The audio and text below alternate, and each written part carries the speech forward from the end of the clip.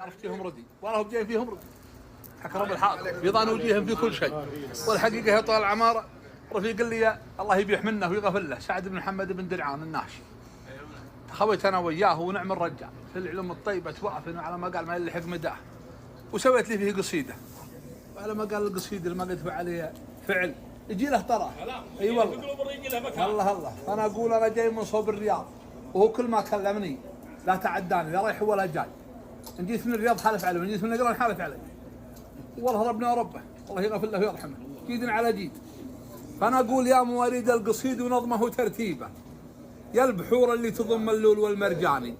ويا الهجوس اللي لفتني مع حراوي الغيبه عقب ما كلمت راعي الوقفه بليهاني والتويت بطاره اللي في السفر والديبه من صار نجد العذيه كاسط النجراني واصطفق مجل القصيد اللي نويت اجيبه صفق رعاد انت مثنى صادق الوداني غير هيضي يا قرايح فكري وغني به واستلب بي كل عزل برقه يشعاني القصيده اللي يدسم شاربي وصخيبه واتنقاله من الجزال الهروج اسماني في الحزام اللي يجمل في نهار الريبه نادر ما كنا هلا عده العماني دوسري زايدي فارق في طيبه ارح بيا كم تنتاتي على برهاني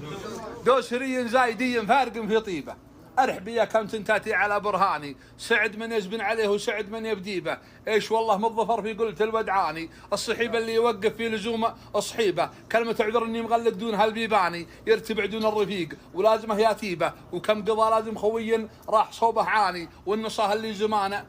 والنصاه اللي زمانه بالشقا يوميبه حده سدى سنين وبارو الخلاني يبشر بفزه حصان وقزه وترحيبه ويبشر بفزعه شجاع صامل بطراني والمراجل والشهامة والظفر والطيبة والطناخة والكرم والمقف الإنساني والسماحة والرجاحة والسخاء والهيبة والحمية لغدا في العلم علم ثاني والشلا عند البلاء واللي خفاء ندريبه جوف بحر ما ينوشه طارف العرباني والحجج في قبضة يده ما تروح ذهيبه الفصل والعلم رجح عند ابن درعاني شيخ قوم في شموخ النايفة تنصيبه وارث النشتاد بيه وجده طليقاني أفخر بمثله وطول بهالسماء وبديبه واحسبه عند الشدائد واحد من اخواني هذا اللي يقولون العرب يا طيبه جعل في دهر الردي والخايب المناني والله ان ودي برفقه مثله وبالديبه مثل ما ودي برفقه ربعي الشرماني والسلام ختام قاف نزال لترتيبه ما شاع برق السحاب وهملت الامزان